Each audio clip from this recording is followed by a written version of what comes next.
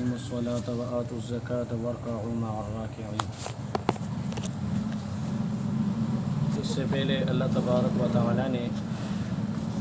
بنی اسرائیل کو اپنے انعامات اور احسانات یاد دلائے تھے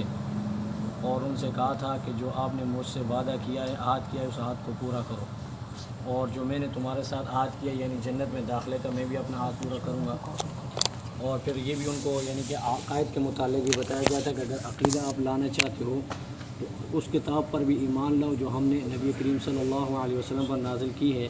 اور وہ کتاب تصدیق کرنے والی جو تمہارے پاس کتاب ہے ان کی، اور میرے احکامات کو، میری آیتوں کو تھوڑے سے مول کے بدلے مت بیچو، اور حق کو یعنی خلط ملط نہ کرو۔ یہ اللہ تعالیٰ نے یہود کو کہا تھا۔ آج کے سبق کے اندر، آج کے درس میں اللہ تبارک و تعالیٰ آج کی آیت کے اندر یہود کو اعمال کی طرف ترغیب دے رہے ہیں۔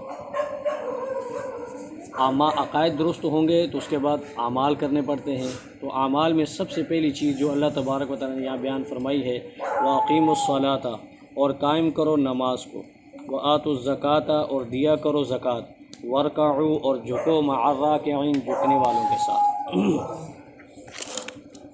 یہاں پہ اللہ تبارک و تعالیٰ نے نماز کے متعلق ذکر کیا۔ نماز صلاۃ عربی زبان کے اندر دعا کو کہا جاتا ہے، اور نماز کے لیے بھی یہ لفظ استعمال ہوتا ہے دعا کا،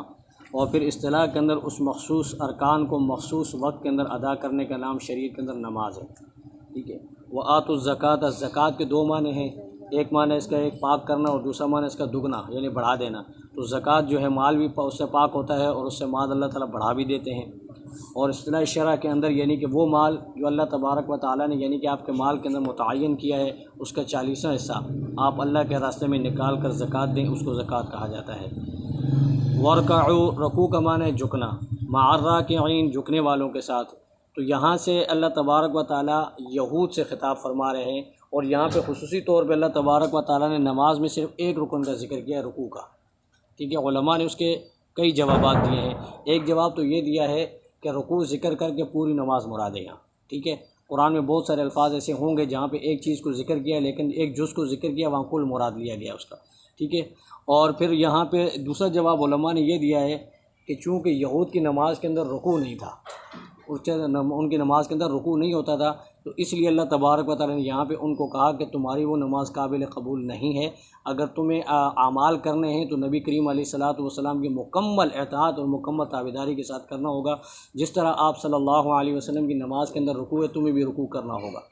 تیسرا جواب علماء نے یہ دیا ہے کہ یہاں امت محمدیہ کی فضیلت کو ظاہر کرنا مقصود ہے، کہ سابقہ امتوں کے اندر نماز جو ہے انفرادی طور پہ پڑھی جاتی تھی، ان امتوں کے اندر نماز جماعت کے ساتھ ادا کرنے کی کوئی یعنی کہ وہ نہیں تھی۔ تو یہاں پر امت محمدیہ کو اللہ تبارک و تعالیٰ نے کہا کہ یہ امت جو ہے اجتماعی ہے۔ اب اگر آپ لوگ بھی ایمان لانا چاہتے ہو تو سب سے پہلی بات تو یہ کہ اللہ اور اس کے رسول پر ایمان لانا پڑے گا، پھر اس کے بعد اعمال کرنے پڑیں گے، اور اعمال میں سب سے پہلے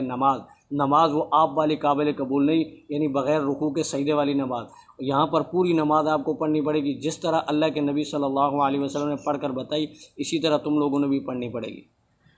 یہاں پہ اللہ تعالیٰ نے اقیم الصلاۃ کہا ہے، ادوا الصلاۃ نہیں کہا کہ آپ نماز ادا کریں، بلکہ نماز کو قائم کرنے کا کہا ہے۔ اور نماز کی اقامت علماء نے لکھا یہ ہے کہ نماز کو تمام ارکان اور آداب اور سنت اور مستحبات تمام چیزوں کی رعایت کرتے ہوئے اس کو ادا کرنا، یہ نماز کی اقامت ہے۔ اور نماز کی اقامت تبھی حاصل ہوگی جب بندہ اس کے اندر مداومت بھی اختیار کرے۔ اب یہ نہیں کہ نماز کو بھی یعنی کہ ادا کر لیا، ایک پڑھ لی، دوسری چھوڑ دی، تیسری پڑھ لی، چوتھی چھوڑ دی، تو یہ نماز کی اقامت نہیں ہے۔ یہ نماز کا ادا تو ہے لیکن نماز کی اقامت نہیں ہے۔ نماز کی اقامت یہ ہے کہ نماز کو پابندی کے ساتھ سنت اور مستحبات، فرائض واجبات کی رعایت کرتے ہوئے اس کو ادا کیا جائے۔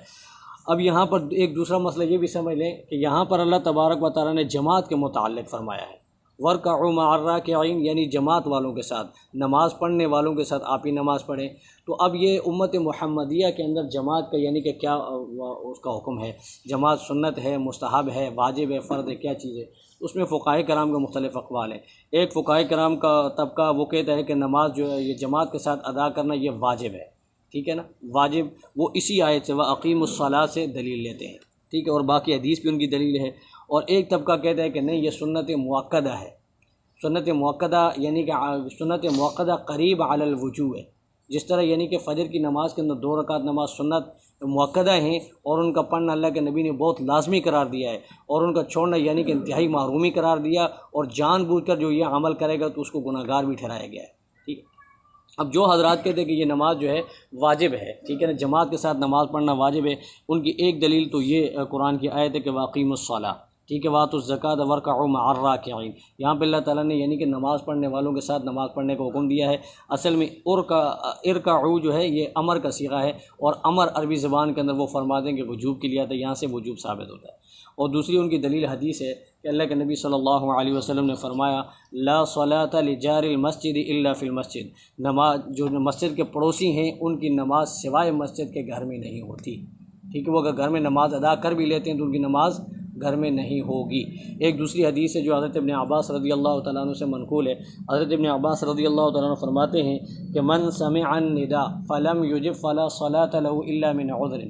جو شخص یعنی کہ اذان کی آواز سنے اور اس کے بعد وہ مسجد میں نماز کے لیے نہ آئے تو فلا صلاۃ له، اس کی نماز نہیں ہوتی الا یہ کہ اس کو کوئی شرعی عذر لاحق ہو، وہ بیمار ہے یا چلنے سے مسئلہ ہے تو پھر اس کے لیے گھر میں پڑھنے کی اجازت ہے، ورنہ اس کو گھر میں پڑھنے کی اجازت نہیں ہے۔ فضائل اعمال کے اندر یہ حدیث آپ حضرات نے بارہا سنی ہوگی کہ اللہ کے نبی صلی اللہ علیہ وسلم نے فرمایا کہ مجھے اگر گھر میں بوڑھوں کی، عورتوں کا اور چھوٹے بچوں کا خوف نہ ہوتا تو میں ان لوگوں کو جا کے گھروں میں جلا دیتا جو لوگ بغیر کسی عذر کے گھر میں نماز پڑھتے ہیں، مسجد میں جماعت کے ساتھ نماز نہیں ادا کرتے۔ تو نماز کو جماعت کے ساتھ پڑھنا یہ یعنی کہ انتہائی ضرور ان لوگوں کی دلیل یہ ہے۔ اور باقی جو فقہائے کرام کا بھی اس میں یعنی کہ وہ جو ہے فقہائے کرام بھی فرماتے ہیں کہ یہاں جماعت کے ساتھ نماز پڑھنا مؤکدہ، اگر سنت مؤکدہ بھی قرار دی جائے لیکن سنت مؤکدہ قریب علی الوجوب ہے، ٹھیک ہے، تو اس کو بھی پابندی کے ساتھ پڑھنا یہ اس کی دلیل ہے۔ ایک اور حدیث کے اندر اللہ کے نبی صلی اللہ علیہ وسلم نے فرمایا کہ اللہ تبارک و تعالیٰ نے مجھے جو ہے تمام امتوں کے اندر میری امت کو یہ فضیلت عطا فرمائی ہے کہ ان کو جماعت کے ساتھ نماز پڑھنے کا حکم دیا ہے، ٹھیک ہے۔ باقی امتوں کے اندر چونکہ یہ چیز نہیں تھی، وہ انفرادی طور پہ نماز پڑھتے تھے، اجتماعیت کے ساتھ نماز پڑھنے کو ان کے اندر یہ رواج نہیں تھا۔ یہ امت محمدیہ کو اللہ تبارک و تعالیٰ نے یہ فضیلت عطا فرمائی ہے کہ امت محمدیہ مسجد کے اندر اجتماعی طور پہ نماز پڑھتی ہے۔ حضرت عبداللہ ابن عباس رضی اللہ تعالیٰ عنہ کو قول ہے، وہ فرماتے ہیں کہ جو شخص یہ چاہتا ہے کہ وہ اللہ کے سامنے سرخرو ہو قیامت کے دن محشر کے میدان میں، تو اسے چاہیے کہ وہ نماز ایسی جگہ میں ادا کرے جہاں اذان ہوتی ہے، یعنی مسجد کے اندر۔ اور پھر فرمایا کہ آپ صلی اللہ علیہ وسلم کو یعنی آپ کے نبی صلی اللہ علیہ وسلم کو اللہ تعالیٰ نے سنت ہدا عطا فرمائی ہے، اور سنت ہدا یہی ہے کہ نماز کو جماعت کے ساتھ ادا کیا جائے۔ تو یہ عظیم چیزیں ہیں جس سے آج یعنی کہ مسلمان کافی کوتاہی کا مظاہرہ کر رہے ہیں، ٹھیک ہے نا جی۔ تو اس سے ہمیں کوتاہی نہیں کرنی چاہیے، نماز کو اگر پڑھ نہیں ہے تو نماز کو پابندی کے ساتھ ہم جماعت کے ساتھ ادا کریں۔ پھر آگے چونکہ یہود کے اندر ایک اور بیماری یہ تھی کہ یہود تھے، ان کے جو رشتہ دار ایمان لے آئے تھے تو وہ ان کو ترغیب دیتے تھے کہ بھائی یہ دین اسلام حق ہے اور یہ محمد صلی اللہ علیہ وسلم برحق نبی ہیں، اور آپ صلی اللہ علیہ وسلم کی جو اوپر نازل ہونے والی کتاب قرآن ہے یہ بھی حق ہے۔ وہ ان کو ترغیب دیتے تھے کہ اب آپ اس دین پہ جمے رہو، لیکن بدبخت خود ایمان نہیں لاتے تھے۔ تو یہاں اللہ تبارک و تعالیٰ نے ان کو یہاں پہ زجر کیا، یعنی کہ ان کو ڈانٹا کہ تأمرون الناس، کیا آپ لوگوں کو حکم کرتے ہو بالبر نیکی کا، وتنسون انفسکم، اور تم اپنے آپ کو بھول جاتے ہو، وانتم تتلون الکتاب، حال یہ ہے کہ تم کتاب پڑھنے والے ہو، اہل علم ہو، افلا تعقلون، تم سمجھتے کیوں نہیں۔ اب یہاں پہ ایک مسئلہ یہ سمجھ لیجئے کہ یہاں اللہ تبارک و تعالیٰ نے یعنی کہ جو شخص عمل نہیں کرتا، وعظ تو کرتا ہے لیکن اپنے وعظ پر عمل نہیں کرتا، تو اس وعظ کی یہاں پہ اللہ تعالیٰ نے مذمت فرمائی ہے۔ اب مسئلہ یہ سمجھیں کہ کیا وہ وعظ جو اپنی باتوں پر عمل نہیں کر رہا، تبلیغ کر رہا ہے لیکن باتوں پہ عمل نہیں کر رہا، کیا اس کا تبلیغ کرنا جائز ہے یا نہیں ہے؟ تو اس میں علماء فرماتے ہیں کہ اس کا تبلیغ کرنا بالاتفاق جائز ہے، ٹھیک ہے نا جی۔ وہ تبلیغ کرتا رہے، اگر وہ مثال کے طور اس بات پر عمل نہیں کر رہا تو وہ گناہ گار ہوگا، لیکن اس کی تبلیغ کا فائدہ دوسرے کو ضرور ہوگا، اور ممکن اللہ تبارک و تعالیٰ اس کی تبلیغ کا فائدہ اس کو بھی پہنچا دے۔ اب اس کی مثال یوں سمجھیں کہ ایک شخص نماز نہیں پڑھتا اور وہ کہ یار میں نماز تو پڑھتا نہیں ہوں، روزہ کیوں رکھوں، وہ روزے کو بھی چھوڑ دے۔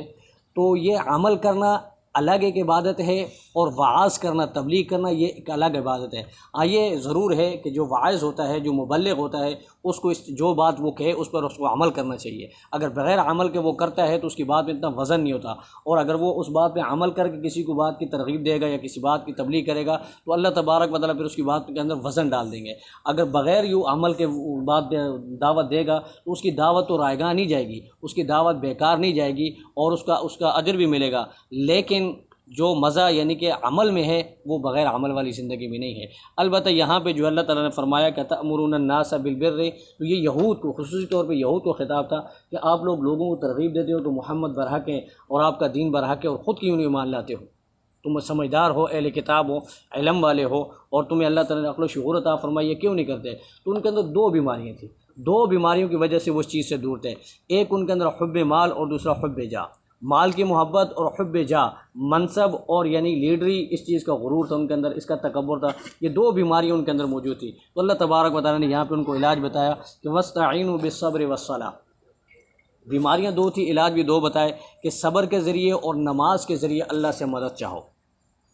اب چونکہ صبر جو ہے ایسی عظیم چیز ہے کہ صبر کے ذریعے جو ہے حب مال یہ انسان کے اندر سے نکل جاتا ہے۔ ظاہر بات ہے مال کے ذریعے انسان بہت سارے یعنی کہ خرافات میں پڑتا ہے، شہوات، لذات اور پتہ نہیں کیا کیا خرافات کے اندر مال کے ذریعے پڑتا ہے۔ جب مال نہیں ہوگا اور یہ صبر کرے گا اور صبر سے اپنے آپ کو روکے گا، شہوات سے، نفسانی خواہشات سے اپنے آپ کو روکے گا، تو یہ صبر کے ذریعے اللہ تبارک و تعالیٰ اس کے دل سے جو ہے حب مال نکال دیں گے۔ اور والصلاۃ یہ جو ہے حب جاہ کو مٹانے کے لیے، کیونکہ نماز کے اندر چونکہ انتہائی درجے کی عاجزی پائی جاتی ہے اور نماز کے اندر سر جھکایا جاتا ہے، ٹھیک ہے، اور اللہ کے سامنے اپنے آپ کو ذلیل کر کے پیش کیا جاتا ہے، تو اس سے حب جاہ بھی ختم ہو جاتی ہے۔ کہ کہنے کا مطلب یہ ہے کہ جب بندہ نماز میں کھڑا ہوتا ہے تو انسان یہ اقرار کرتا ہے کہ اللہ میرا کچھ نہیں، سب کچھ تو ہے اور سب کچھ تیرا ہے، ٹھیک ہے، اس لیے میں عاجز ہو کے تیرے یعنی کہ قدموں میں یعنی کہ تیرے سامنے میں اپنا سر جھکا رہا ہوں، سارا کچھ تو ہے، سارا کچھ تیرا ہے، عزت بھی تیرے لیے اور ٹھیک ہے ساری دنیا کی عزتیں تیرے لیے، میں کچھ بھی نہیں۔ تو یہ انسان اقرار کرتا ہے تو اس سے انسان کے اندر یہ دو بیماریاں ختم ہو جائیں گی۔ اور پھر آگے سوال یہ ہے کہ اللہ تبارک و تعالیٰ نے یہ بیماریاں تو بتا دی، لیکن یہ جو دوائیں ہیں، یہ دو دوائیں تو بہت مشکل ہیں، یہ ہر آدمی تو کر نہیں سکتا ہے۔ تو آگے اللہ نے جواب دیا کہ وَإِنَّهَا لَكَبِيرَةٌ، بے شک یہ نماز کا پڑھنا اور یہ صبر کرنا بہت مشکل کام ہے، إِلَّا عَلَى الْخَاشِعِينَ، مگر جو خشوع والے ہیں، جو ڈرنے والے ہیں، جو خاشعین ہیں، ان کے لیے اس کا کوئی مسئلہ نہیں، وہ نماز کو ادا کرتے ہیں، اور نماز جب وہ پڑھتے ہیں تو نماز کے ذریعے اللہ تبارک و تعالیٰ ان کو جو ہے اپنے قریب قرب عطا فرماتے ہیں۔ اب یہ خاشعین لوگ کون ہیں؟ الذین یظنون، وہ لوگ جن لوگوں کو یقین ہے کہ انہم ملاقو ربہم، وہ اپنے رب سے ملیں گے اور اپنے رب کے روبرو حاضر ہوں گے، وانہم الیہ راجعون، اور ان کو اللہ کی طرف لوٹ کر جانا ہے، تو وہ یہ کام بڑے آسانی سے کر لیتے ہیں۔ نماز پڑھنا بھی آسان، صبر کرنا بھی آسان، اور چونکہ ان کے سامنے یہ چیز ہوتی ہے کہ ہمیں اللہ کے سامنے حاضر ہونا ہے اور ایک ایک بات کا وہاں پہ جواب دینا ہے، تو پھر وہ ہر عمل جو ہے خشوع اور خضوع کے ساتھ کرتے ہیں۔ تو اللہ تبارک و تعالی ہم سب کو بھی نماز پابندی کے ساتھ خشوع اور خضوع کے ساتھ پڑھنے کی توفیق عطا فرمائے۔ آمین۔ الحمدللہ رب العالمین والعاقبۃ للمتقین، ربنا آتنا فی الدنیا حسنۃ وفی الآخرۃ ربنا تقبل منا انک انت السمیع العلیم وتب علینا انک انت التواب الرحیم، وصلی اللہ تعالی علی خیر خلقہ محمد وعلی آلہ وصحبہ اجمعین۔